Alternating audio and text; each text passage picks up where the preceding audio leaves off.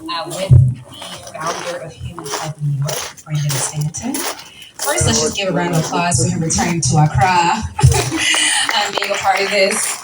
We're going to delve into that more, but I do want to provide a little bit of an introduction to who I am and then who he is and a little bit about why we're here. And then we're going to have a discussion. Followed by that, Paul will join us so we can talk about sort of how they're really an example of stories for good and the impact of this work. And then we're going to actually invite you all to ask some questions. So please keep that in mind if you have any questions that you'll have an opportunity to be able to ask them.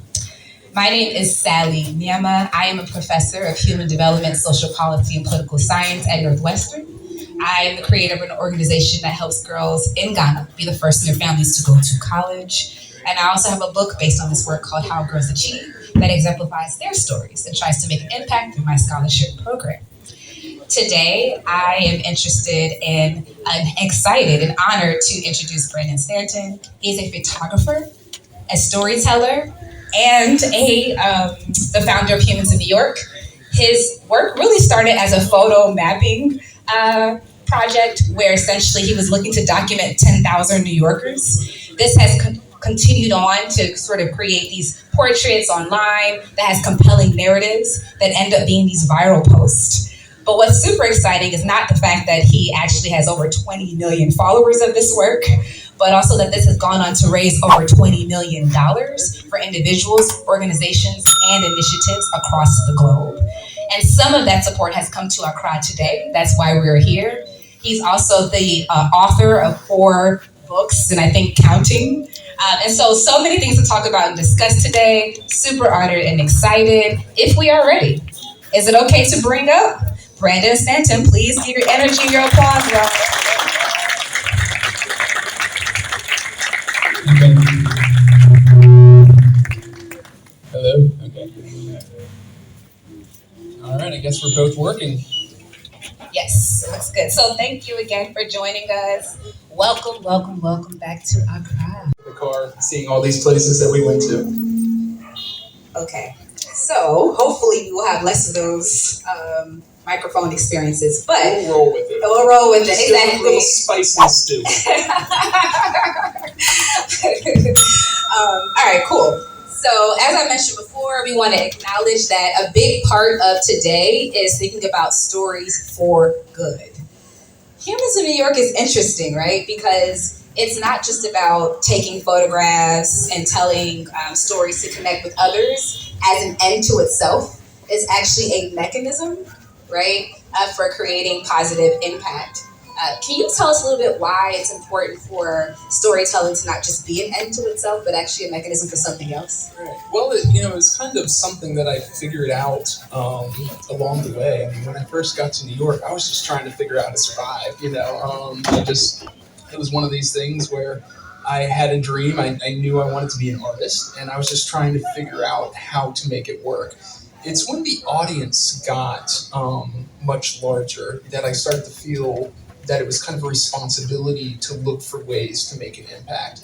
But even when I just kind of started engineering things like the fundraisers and what we were able to do with Paul's story, looking back, I still think, because I think a lot about impact, and when I think about the impact of Humans in New York, there is the money that was raised. That is one element of it. And the other element is the transformation that happens through telling stories, such as Paul's, the stories of people who saw a need or overcame a challenge, was transformed by it, and the inspiration that provides. So, we could raise $1 billion. I think in my heart, I think that it's those invisible kind of ripples and conversations that are caused by the stories themselves that are leading to the most transformation. Right. And we're going to talk more about individual stories, as well as the impact specifically with Paul, which is a big reason why we're here today. But I actually know that people are going to want to know a little bit more about the nuts and bolts of how this works, especially as aspiring photographers or storytellers that make an impact themselves. So we're going to start there before moving into more of those aspects. And so can you talk a little bit about how you leave out of your house and then walk up to a person, take their photo. Tell us about the process. Definitely the most difficult part of the work. And I think that, I joke that there's been, over the 10, 13 years that Humans of New York has existed, there's been about, hundreds of people who've done Humans of their school around the world. And there's really only a couple of them left. And I think the reason is because it's so hard to walk up to people. Like, that is definitely the hardest part of the job, which is honestly, when I come overseas, it's actually, there's a little bit of relaxation to me because I get to throw my interpreter at the people, so that they have to do it instead of me. But when I'm in New York, it's the stopping people. It's because it's a very strange ask. It's do you mind if I take your photo? And then in a very short amount of time, people are sharing these very deeply personal things about themselves. So it's inherently a very awkward situation. And then you have the streets of New York, where people are in the streets of any big city around the world. People are constantly on defense. When somebody comes up to them and says, "Excuse me," people are just getting ready to say no, to no matter what comes out of their mouth. And so, the engineering an approach that would get people to stop, give me a chance, allow me to take their photograph was a huge part of my process of figuring it out. You ask how it's done. It's really hard to teach because what I learned was, when I first started, I was like practicing with all these different things to say. I remember I spent so much time going back and forth just to show you how much I was thinking about it. It's going back and forth between using the word portrait or photograph. Would you allow me to take your portrait? Would you allow me to take your photograph? I was obsessing so much with how to phrase it to get people to say yes to me. And then as time went on, I got better and better and better at it. And what I realized is it wasn't about what I said. It was about the energy that I was putting off. When you walk up to somebody really kind of hurriedly, excuse me, do you have a second of your time? Blah, blah, blah. They're going to reflect that energy. They're going to get nervous. Why is he nervous? And so it was really about kind of walking up to somebody in a way that they didn't feel that you had a motive, or they didn't feel that you had an intent. It's excuse me, I was wondering if there's any way that I could take your photograph. I run a website called Humans of New York. Take it out slowly, scroll through the photos. What I do is I've stopped 10,000 random people in New York City and also around the world. And I learn a little bit about everyone I photograph. And I was wondering if there was any way that I could take your photograph. And after 13 years, that's the best I've been able to do. And I still get turned down by about half the people. There will be days, I remember, it's humbling. It's because a lot of times I'll be approaching people too, and there'll be a row of benches, all right, and I'll choose this person. And so I'm doing it in front of an audience. And so everybody's watching me go up, and they watch me lean in, and then they watch me kind of sulk away. It's like getting rejected on stage. Is anyone ever raising their hand like me? Raising their hand like photographing? Yeah. That happens, yes. And I generally, which is funny, I talk about, I generally have a rule that, people, because a huge part of the work is the randomness. It's for those of you who might not know, who might have just come because of your affiliation with the Con Center, Humans of New York, basically what I do is I stop random people in the streets of New York City. I guess I said it in my intro.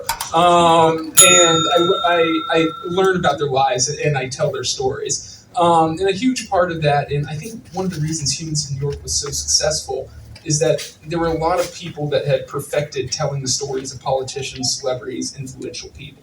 And there were people like Studs Terkel or people would do individual projects where they told the stories of people they met on the street. But as far as doing that day in, day out in kind of a systematic way, It was the randomness that really kind of launched you. Absolutely. Yeah, the randomness and the connection energy, it sounds like. And I think those two things combined, because you associate the random stranger with a lack of connection. There's the people we go home to and the people we connect deeply with. The people we meet at restaurants and the bars that we connect deeply with. And we associate the people that pass by us on the street with anonymity. And almost, if you're in a big city, kind of a threat. You're all trying to get on the same bus. You're all trying to get into the same subway. And it's almost a competition between you and home. Right. So you're breaking down that sort of invisible wall.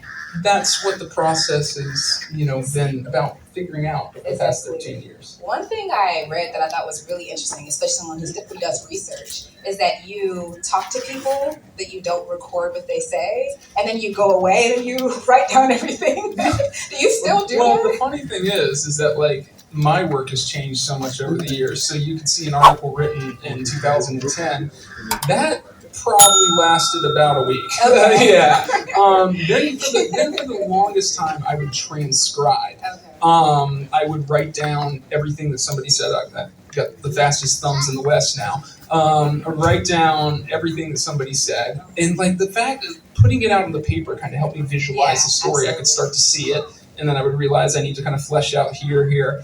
Then I had kids, and I had less time, and so I needed to do my work faster. And so recently, I have started recording. Okay. And then I will go home and I will transcribe it. Okay, so you're like the rest of us.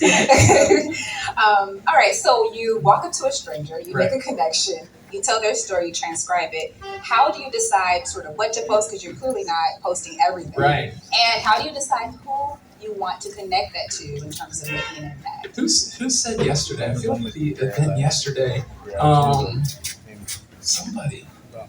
Oh, where did I hear this recently? Maybe it was Mary. They said arrangement isn't innocent. I think it was Perfect Professor. Yeah, he said arrangement isn't innocent, and that was so wise because ultimately,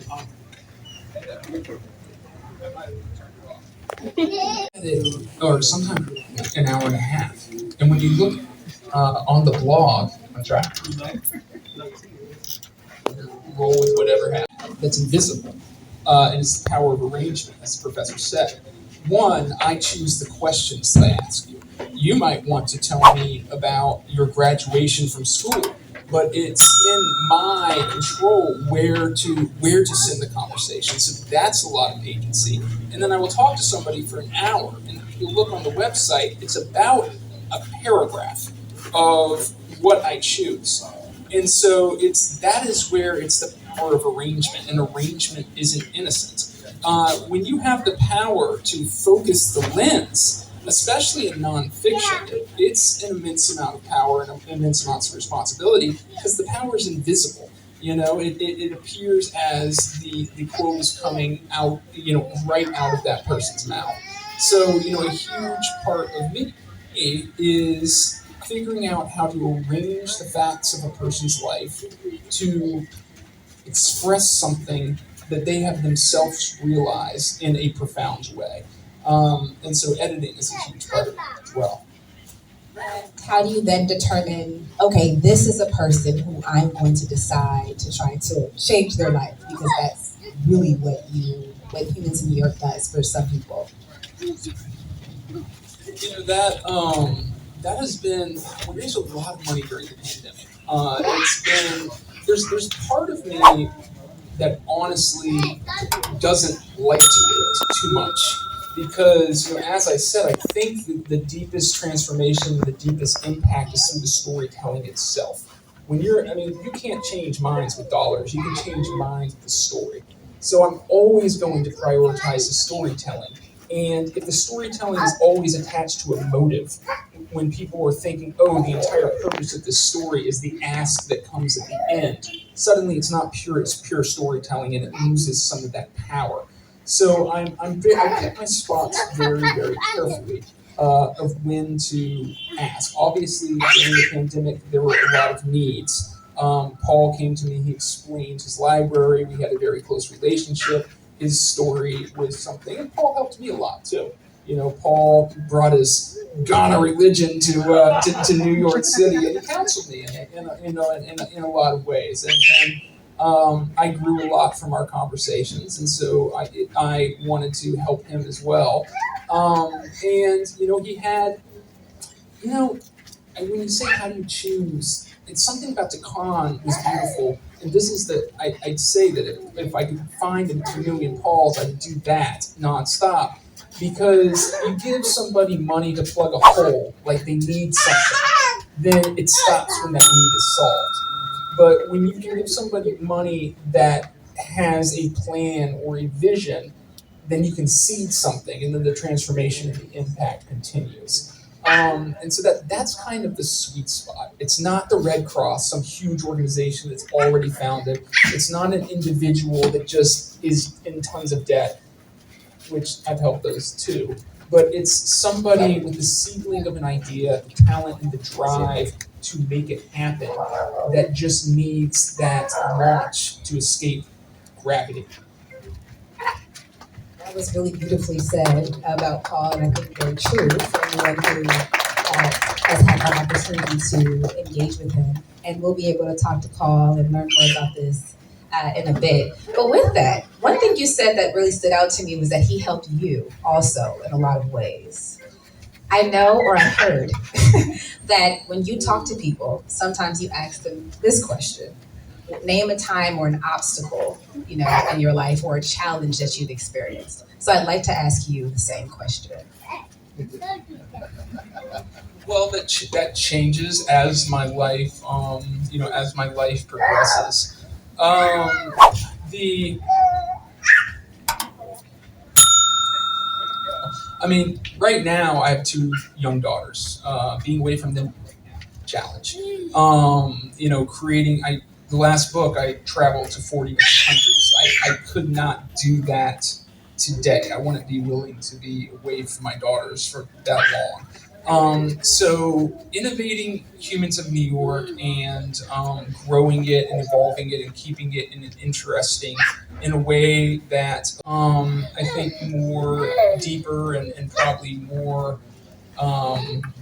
jolting, as I had recently a few years ago, kind of a health scare where honestly I thought I was going to die.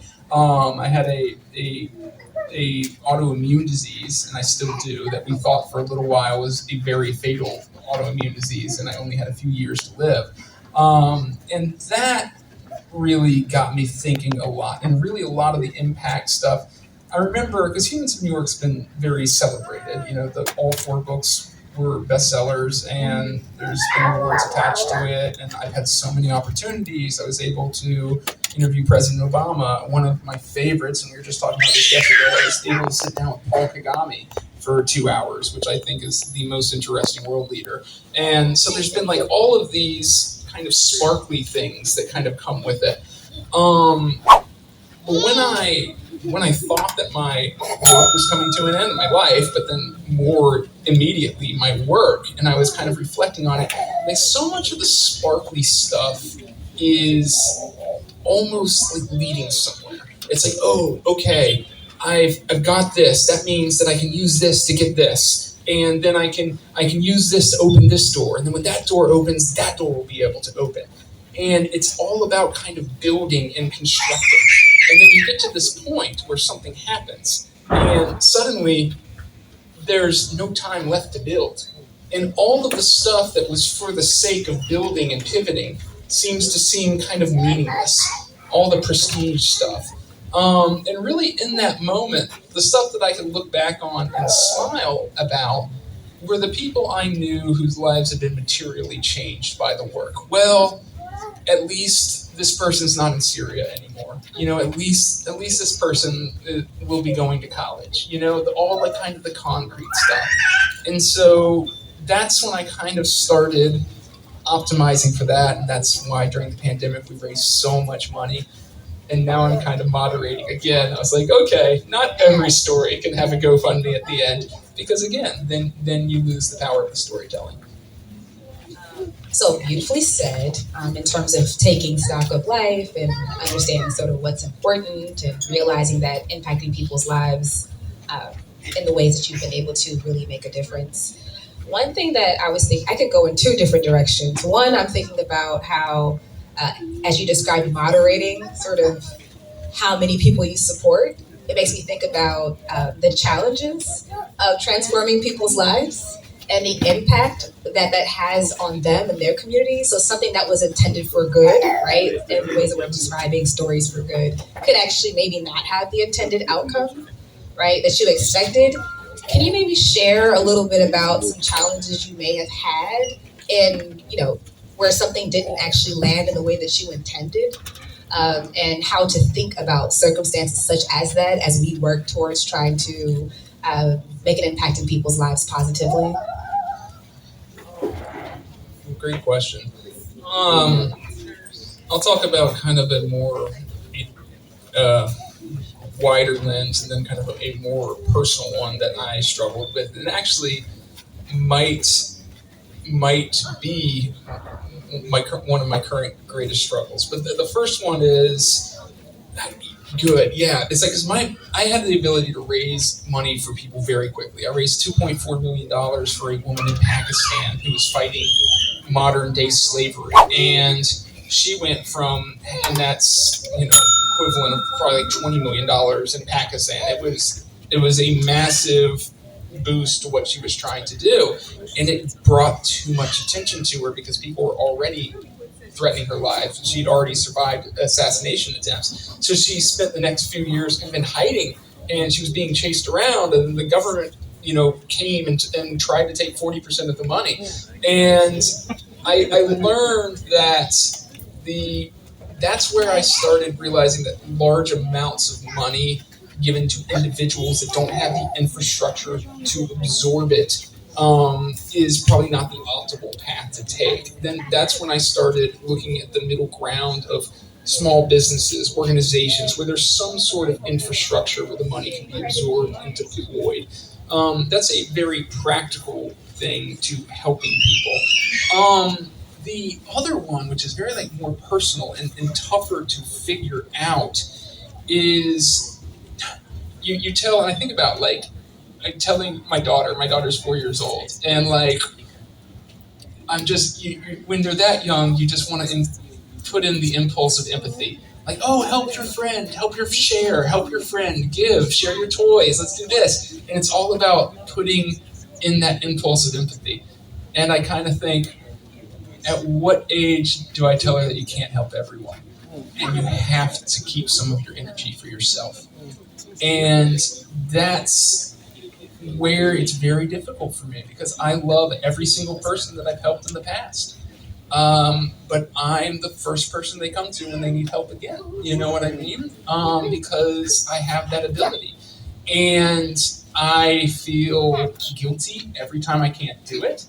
And then also, just figuring out where to put up those walls and figure out those boundaries so I can still follow my moral code and feel like a good person while having energy for my family, having energy for my daughters, and not have my storytelling blog be nothing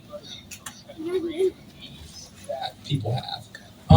That's something that's kind of more personal and very tricky to figure out is how to say no while still following your moral code. I think you really hit on something that a lot of people can relate to in their own ways. I know that especially for a lot of Ghanaians who live elsewhere, they're often sending money back home.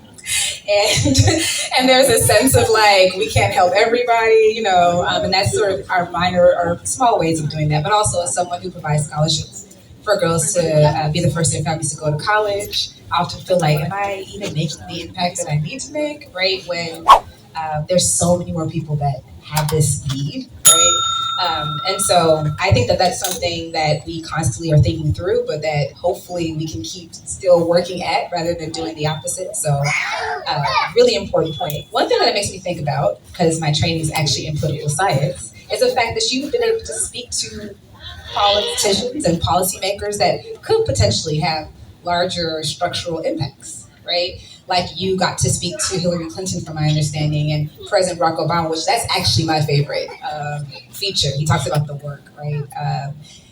Can you talk a little bit about, to me that seems like a departure from a random stranger, about your decision to talk to people who have that kind of pedigree? Is the goal to try to see if you can connect your work explicitly to politics to make larger structural changes? Because it strikes me as a departure from thinking about the anonymous everyday individual that I think really makes Humans in New York what it is. And I think another thing that goes in that category is I've done the Met Gala for like 7 years, and like the Met Gala, for those of you who don't know, it's like run by Vogue every year, and all the biggest actors in America come. It's like a very glitzy event, and I include that with the politicians because those both have never sat very well with me. They've always seemed like things that I couldn't say no to, as opposed to things that I wanted to say yes to. They just seem like too exclusive of invitations to say no to. But then Obama was different because I like so many people of my age. I think you're younger than me, but like I idolized the man. Like he was a hero of mine. So that was one I wanted. And so I'm glad to hear that you say it was your favorite. Like that was a very, very meaningful moment in my life. Then came the request from the Clinton campaign, and then she's cool. She's smart. She's well, yeah. It's just that when it becomes this is something a campaign can do to get their voice out there, and always I try to get to something very personal. My process is the same. I had 45 minutes with Hillary Clinton. It was very intense. It was the penthouse at the Marriott Marquis. There were people with machine guns outside the door. She'd just been named the Democratic candidate. I had a very short amount of time, only 15 minutes with Obama. I got 45 minutes with Clinton. But still, it can take me an hour and a half to really get deep with somebody. And there's nobody more difficult than celebrities and politicians, which is understandable. I mean, I don't blame them. I don't think they're inauthentic. If they say one thing wrong, that will be the headline of a viral article that can really do damage to them. So they're so precise and they're so engineered and they're so very careful that it's really hard to get something that feels like New York. And so it's those things have never been my favorite things to do. And in fact, I said no to the last Met Gala, and I said no to interviewing Joe Biden for those reasons. I'm really glad you raised what you said no to, because you also mentioned earlier how you get to a point where you're like, okay, I'm going to get this one opportunity, and then another opportunity comes, and you feel like, well, maybe that'll help you do this next thing, and it can be sort of this never-ending process of trying to strive for success, right? But I will say, like, I'm not a purist. Like, in the beginning, say yes to everything. You know what I mean? It's like you do when I got to New York, and I feel like this is every artist starting out. It's like this giant wall, and like, how do you get people's attention? Instagram didn't exist then. Like, personal Facebook profiles existed, but not Facebook pages. Like back then, I mean, one of the we all have this mix of talent, drive, and luck that go into any amount of success. Humans of New York's biggest piece of luck is I was right there doing my thing every single day when Facebook flipped a switch and suddenly you could send content not just to your personal friends but to anybody, and that was the beginning. And then here comes Tumblr, here comes Twitter was something small then, here comes Instagram. Like, that whole idea of the anonymous random artist reaching tons of people didn't exist yet. So I was the right place, right time there. But still, you don't really have the luxury of being that pure when you're getting started. Like, I did all the gimmicks. Oh, if you share this post with 10 people, I will send you a postcard of my work. Like, back then, I wasn't too proud for any of it. Like, when you're on the way up, you say yes to everything, and then at some point it flips, and your success becomes about what you say no to. And a lot of people don't ever recognize that point, and they're just saying yes to everything, and they're selling too much to their audience. They're taking every brand partnership, and they're losing their authenticity because of that reason. But I'm in that position now, and it's become so much more. It used to just be like, oh, okay, I'm getting 10 opportunities. I only have time to say yes to 8 of them. Now it's 10 opportunities, 100 opportunities. I only have time to say yes to 1 of them. And so then it very much becomes about what you say no to that defines you, defines your career, and defines your success. Really important, as a lot of people see this as inspirational, right? In terms of what you've been able to accomplish, but knowing how to moderate that along the way is really important as well, or equally as important as well. I wanted to ask you one more political question though before I move on, especially because I feel like I didn't hear if you were actually thinking about your work as connected to some kind of political end at all. But in 2016, you wrote an open letter to Trump. I really didn't want to say his name. And tell us about that. It was probably it was at the time, like, the most shared post in Facebook history. It went into, 175 million news feeds on Facebook. It had 2.5 million shares, which is crazy. And I was, invited on all these shows, and it was, it was a moment that I got a ton of attention.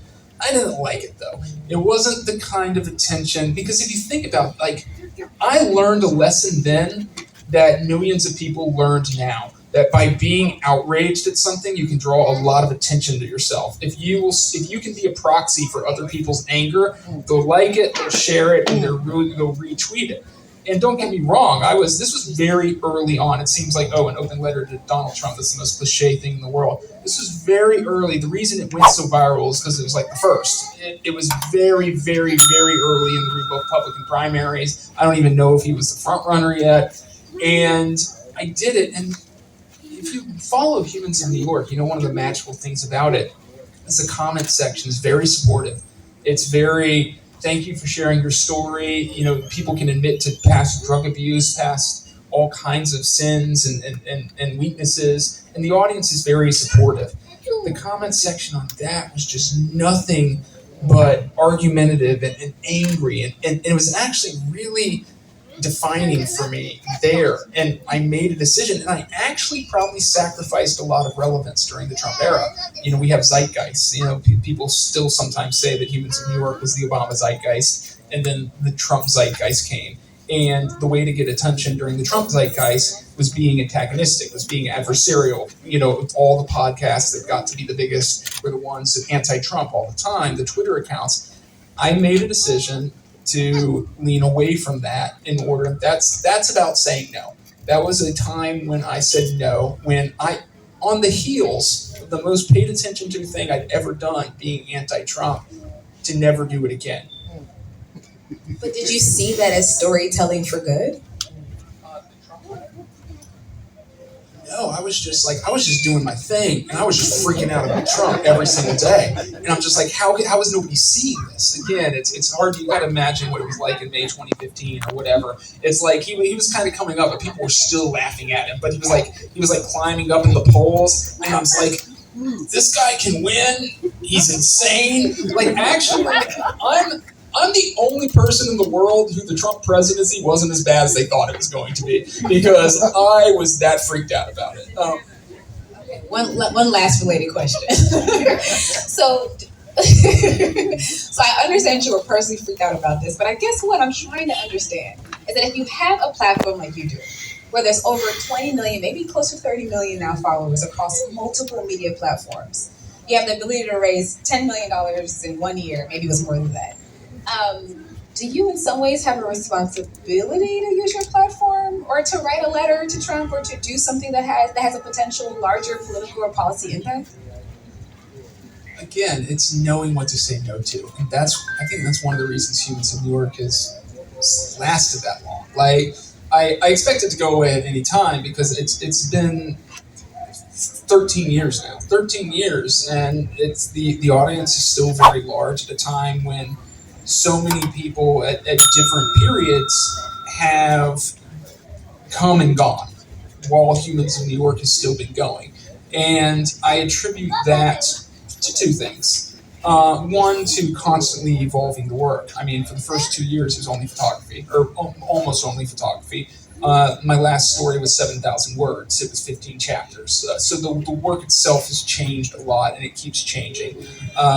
The other thing that I would attribute that is to really understanding my lane. Like when you think about your art, you need to figure out what it is. I'll tell you a mistake that I made that illustrates this. When I first started getting to be doing Humans of New York, the only existence of people who were working as photographers and bloggers that were paying their rent was fashion photographers. Street photography was kind of having a moment. And the blogs like Sartorialist, the only ones that I could look at that were succeeding were the ones that were taking pictures of fashion on the street. After Humans of New York started getting big, taking pictures of random people, I started getting invitations from Vogue, from Fashion Week.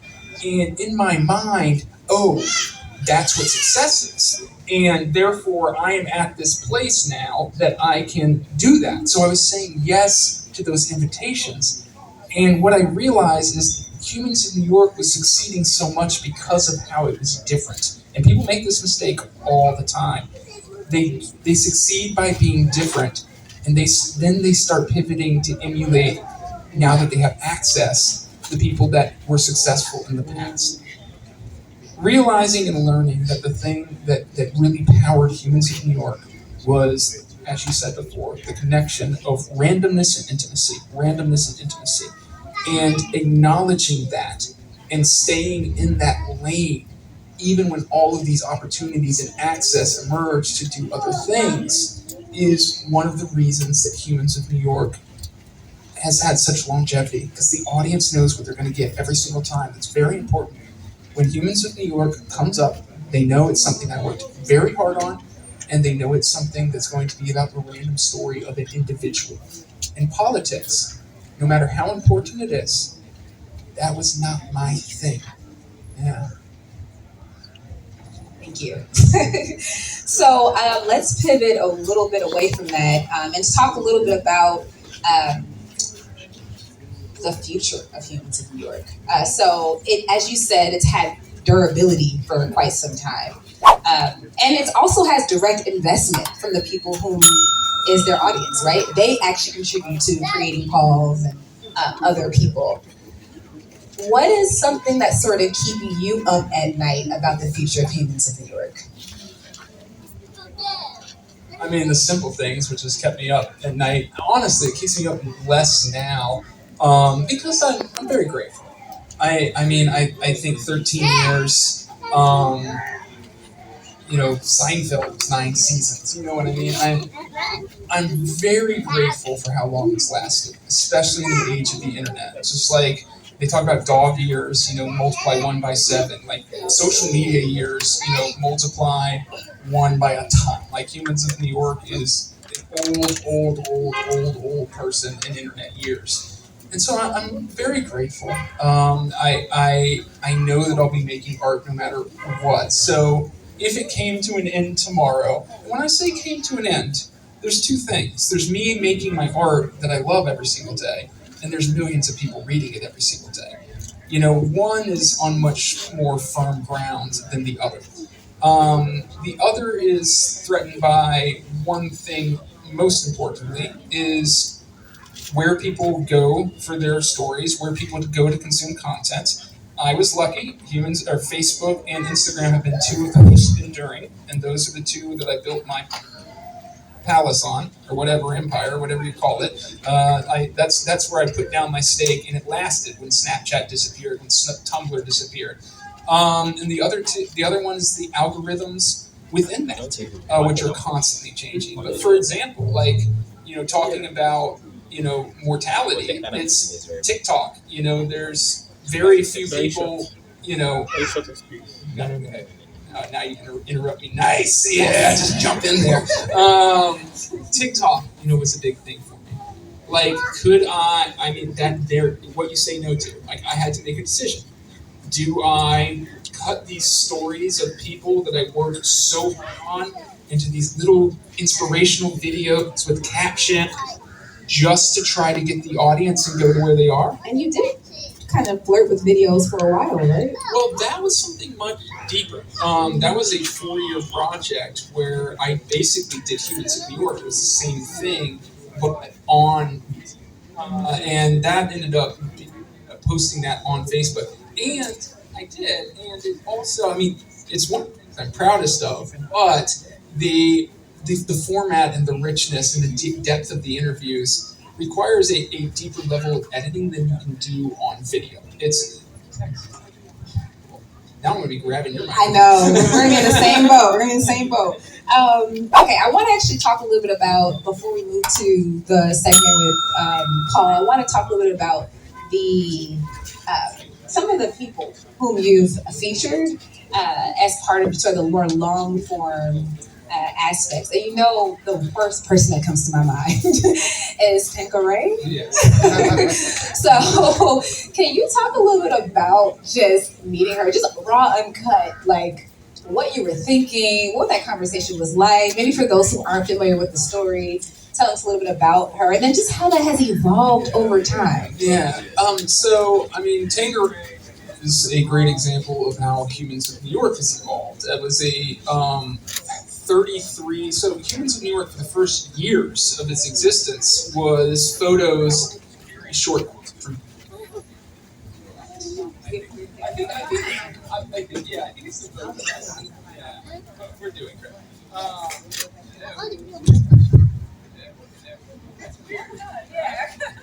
You want to try yours? Hello. Okay, this is good. So Tanqueray was a 33 chapter story that I told over the course of a week. It was 12,000 words, and I was not confident about it at all. If she's a woman, I don't know how many people know the story. I met her when she was like 76 years old. She was limping down the street. She could barely walk. And I just told her that she looked nice. She was wearing like this long mink coat, and she launched into this monologue about how she used to be a stripper in the 1970s, and she was meeting mobsters and all these people. And I'm just like, just talking about my thumbs moving fast. I'm writing down everything she says as fast as I can. Post her on the blog. It's like the most popular post I've ever posted. And then I spent the next 6 months with her. And I ended up writing her story in 33 chapters. It was 12,000 words. And this is one thing that I'm really proud of. Like, it's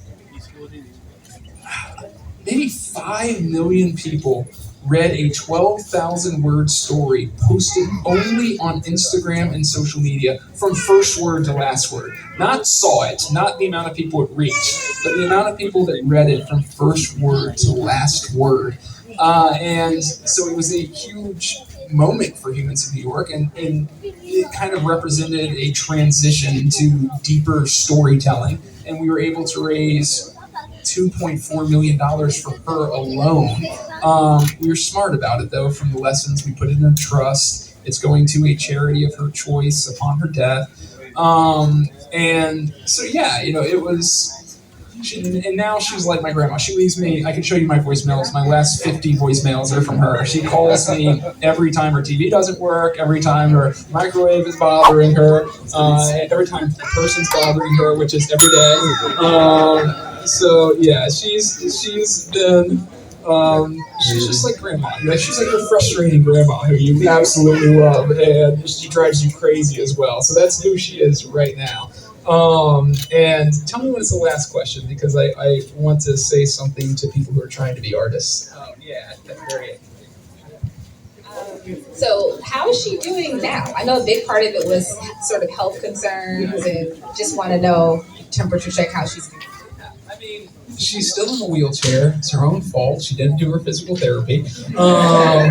She's not a day. I mean, her life hasn't changed. I've known her now for 3 years. She still complains about the same thing she was complaining about. Like, her world is so small. It's about the neighbor's cats. It's about so it's so funny. Like, it's in all the best and some of the not best ways. She hasn't changed a bit from all of that. So when you ask, like, how is she? She's exactly the same. Now she just has $2.4 million. Another person, or another story that comes to my mind for those who hopefully had a chance to check this out, is actually a story on Christmas, right?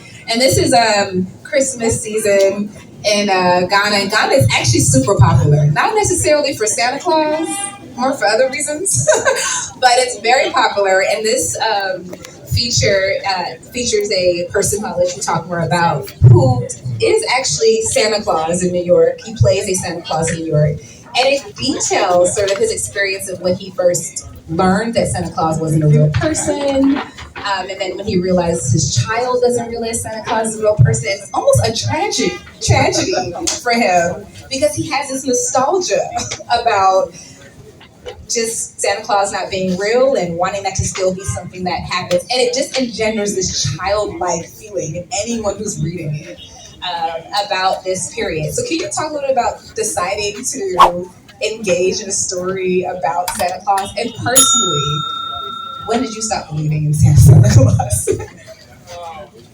Thank you for that. The quickest way to my heart is always to hype my latest story because I just finished spending like 2 months.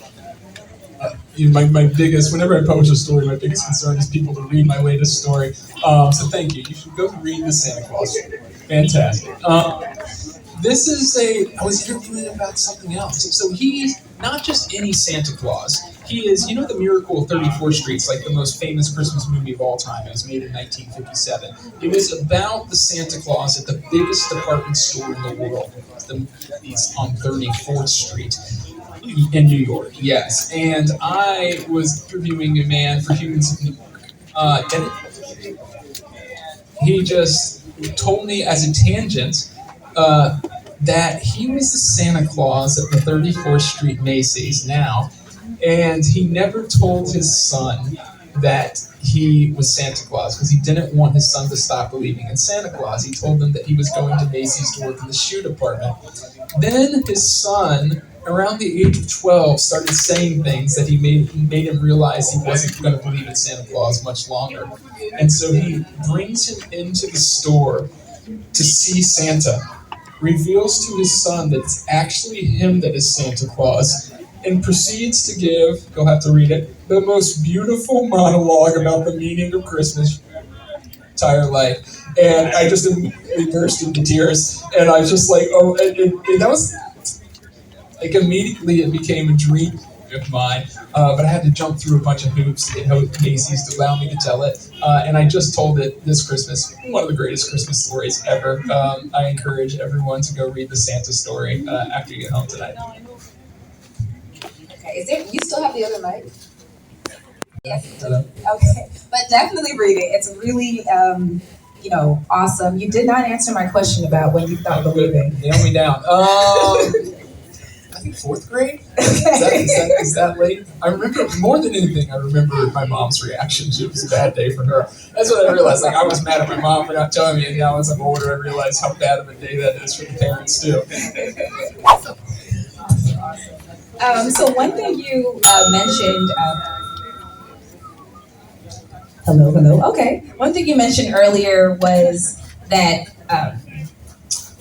if for some reason you didn't have the following that you sort of have now, you still would sort of count this as a success, right? And I think a lot of times people think of success as sort of longevity. If something closes, then that means sort of it was a failure. Can you talk a little bit about your perception about why you still sort of see it that way, even if it did end? And maybe that's a good way to segue into some of the advice that you mentioned you had. It's actually a perfect way. Yeah. So one thing that, should I try yours? The final stretch? Is this the final stretch? Try again. Okay. So, let's try it. Yeah. I kind of like the handoff too. It's good energy. Yeah, exactly. Call and response. One thing that I think was so instrumental in my success, and when I sometimes speak at colleges and to people who might be trying to get something off the ground, whether that's a business or whether that is an art project or somebody who's just stuck and trying to figure out what they want to do. I always say the Humans of New York did not come from a flash of inspiration. It came from me wanting to be a photographer, loving photography, being out there every single day, trying to figure out a way to become a photographer. The idea came from the work. The work did not follow the idea. And I met so many people in New York when I was coming up. Everybody's trying to make it. Everybody's trying to be a musician. You go to New York to make it, an artist, a writer, this. And what I noticed is that so many people were doing just the minimum amount of work to assume the identity. They were doing the minimum amount of writing to call themselves a writer, the minimum amount of photography to call themselves a photographer. Meanwhile, I was out there doing it every single day. And through that, the idea for Humans of New York came from hundreds of tiny evolutions that came from being out there doing it every day. And so if you want to be a writer, you can't judge yourself by how many people are reading you. If you want to be a painter, you can't judge yourself by how many of your paintings are selling. Or if you want to be a singer, how many songs you judge yourself by how much you're doing it every single day. That's what makes you a writer, writing. And for 13 years, that's carried me through. Because if it wasn't about that, if I didn't have that center, that doing the work every single day is what made me what I am, then when I got the 1 million followers, I would have stopped because that's what I wanted. Or even worse than I would have stopping, I would have started doing the same thing every single day because all I cared about is the reaction. And all I cared about was the following. So if you put your metric, your way of judging yourself outside of anything, ending very, very quickly. And so now today, like you ask, why do I think that if the audience disappeared, I'd still not view it as a success past tense? I think I'd still be very happy because I've always oriented myself, and it's what's kept me focused, in doing the work every single day. That's what my wife and my kids know about me. It's like, Daddy has to work every single day. It just can be 4 hours in the morning, but I got to do it every single day. And then constantly asking myself, how can I make my work more interesting to me? Not how can I get more followers, not how can I make more money. Two things. I do the work every single day, and how can I make the work more interesting to myself? And that's what I encourage everyone to do, is keep your way of judging yourself in something you can control, which is the amount of work you do. Anything else will lead to disappointment and quitting. I love that. That was really, really helpful. I'm sure for everyone here, also myself, so thank you. This also makes me feel like this is a great way for me to actually read the quote from Obama, because it's actually consistent with what you just said. So, Brandon asked President Barack Obama, when is the time you felt most broken? He responds, I first ran for Congress in 1999, and I got beat. I just got whooped. I had been in the state legislature for a long time. I was in the minority party. I wasn't getting a lot done, and I was away from my family and putting a lot of strain on Michelle. Then for me to run and lose that bad, I was thinking maybe this isn't what I was cut out to do. I was 40 years old, and I invested a lot of time and effort into something that didn't seem to be working. But the thing that got me through that moment, and any other time that I felt stuck, is to remind myself that it's about the work. Because if you're worried about yourself, if you're thinking, am I succeeding? Am I in the right position? Am I being appreciated? Then you're going to end up feeling frustrated and stuck. But if you can keep it about the work, you'll always have the path. There's always something to be done. So I think this is a really great way to take a little 2-minute break and segue for Paul. So everyone, use the restroom, do what you need to do. Beforehand, that was some epic moderating for you to pull that out. We could have hand for Sally, really. That was fantastic. Thank you all so much. So enjoyable for me.